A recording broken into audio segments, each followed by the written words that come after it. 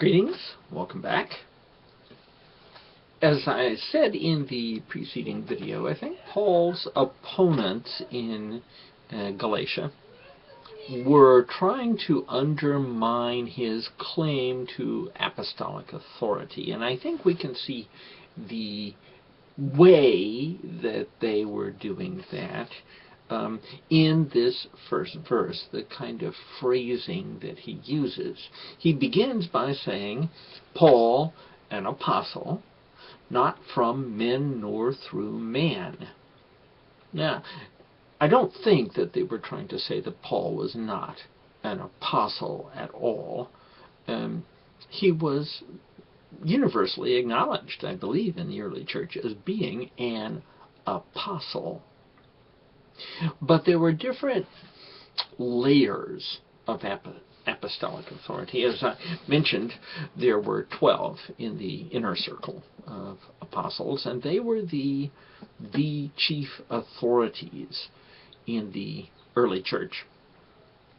Even within the 12, though, there was an even more inner circle of apostles, 3 in particular, Peter, James, and John. And this James, as I mentioned last time, was the half-brother of Jesus. Those 3 were most highly esteemed of all the 12. And they really were the final authorities within that early church. But beyond the 12, there were other apostles. Paul came much later than these original 12, and he was, I guess you would call him the 13th apostle, but he was not part of that inner circle of 12. He didn't sit with them. He didn't consult with them. And there were other apostles that the New Testament mentions them pretty casually as being known to occupy that office. So there was a hierarchy within the apostolic authority. And so the question is, how did those new apostles come about?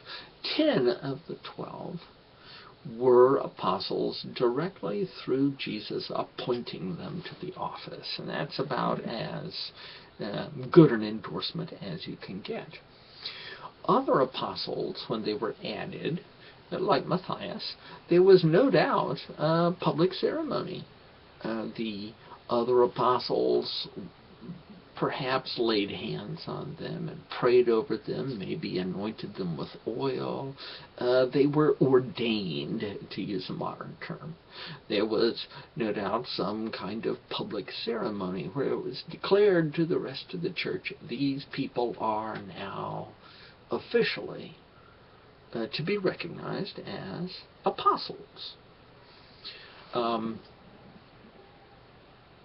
So there was some kind of process like that by which apostolic authority was conferred from the inner circle of 12 to others who went out from there.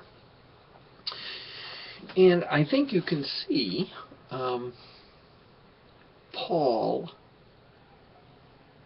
responding to an allegation that his opponents might be making in Galatia right here at the beginning, where he says that he is an apostle not from men nor through man.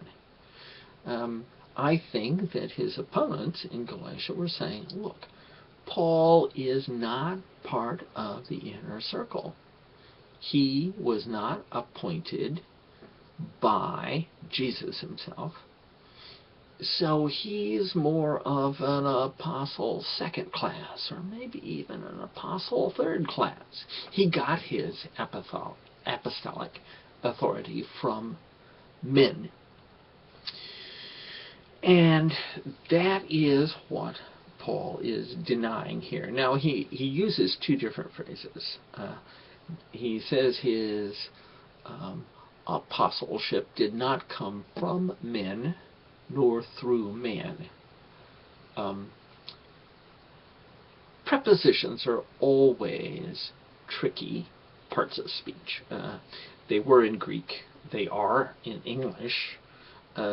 Perhaps they're really tricky in every language. I don't know. Every language that has prepositions.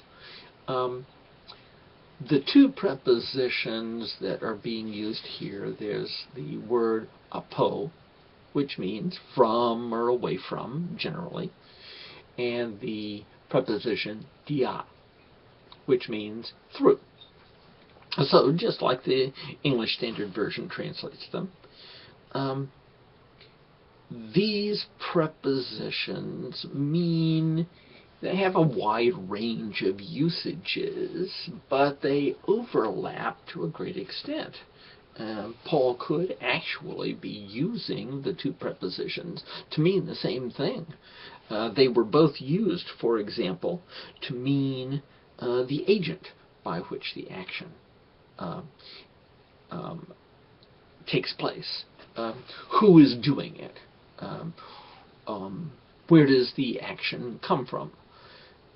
We do the same thing in English. We use from or by or through to denote the agent of an action. You're working through the authority of the mayor's office, or from the mayor's office, or by orders from the mayor. So you have these different prepositions that are really used to mean the same thing, to give the agent in charge of the action. Both apo and dia were used to mean the cause of the action, if something was causing it. You say, why are you being so nice to Edith? You might get the answer, well, it's from love. Or you could say through love. We use a lot of different English prepositions to signify cause. And the same thing in Greek, apo, dia, they could both mean the cause of the action. And so Paul is saying, I became an apostle, but it was not from men nor through man. He could be using those two phrases interchangeably, and just kind of repeating himself, which he does occasionally. But because he changes the objects of the prepositions, he changes from the plural, men. He did not become an apostle from men, plural, nor through man, singular. I think he had specific ideas in his mind, specific and different ideas for the two phrases. So let's just concentrate on the first one, the from men one, because I think here he's referring to the conferral of the office of apostle from the original 12 to other apostles who are not part of the original 12. Through the laying on of hands, through the commissioning, through an ordination kind of service.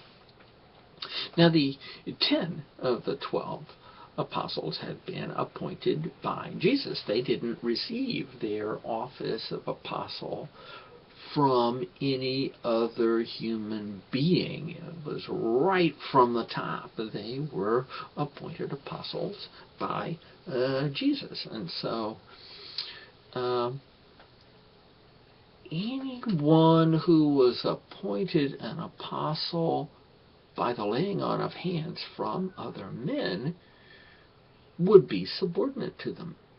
I mean, it's a psychological argument, not necessarily a true one, but if you receive your office from someone else, then the person who confers the office is a higher authority than you are. He's the one that gave you the office, so you owe your office to him, and so that means you are subordinate to him in some way or other.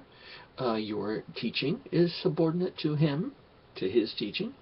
You are an apostle second class. You are below the top echelon of authority. And I think that's what Paul's opponents were suggesting about Paul. Look, he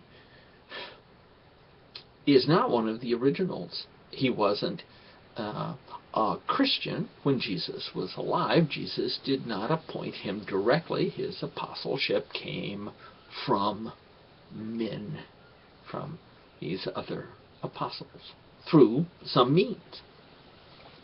And that's what Paul is specifically denying in this particular phrase. I am an apostle, but not from men. Now here, I think he is referring indirectly to his conversion. This was the story of how he was on his way to Damascus. He was intent on arresting Christians and destroying the whole movement, and something happened to him just outside of Damascus. Jesus appeared to him in something more powerful than just a vision, and just flattened him out and blinded him and sent him into Damascus to wait for word. And in a matter of just a few days, Paul went from the preeminent persecutor of Christians to the preeminent defender of Christians. It was kind of a scandal. It was a shock. Can the Titanic turn on a dime? No, but Paul did something just about that amazing, a complete about-face, 180 degrees, opposite direction. That was such a shocking event that it was talked about and gossiped about for years after the event, as we'll see later as we go through this letter of Galatians. So Paul is referring to that event. Look, I was made an apostle by Jesus himself. It didn't come through the other 12. They didn't lay hands on me. They didn't appoint me apostle. They didn't choose me. They didn't ordain me. I was made an apostle by Jesus. Period. So Paul is right here in this phrase claiming a kind of equality with those 12, that inner circle of 12. And he's going to claim actually more than that as we get to the next phrase. But we've talked for long enough. And hopefully I will see you, or technically you will see me in the next video. So have a good night.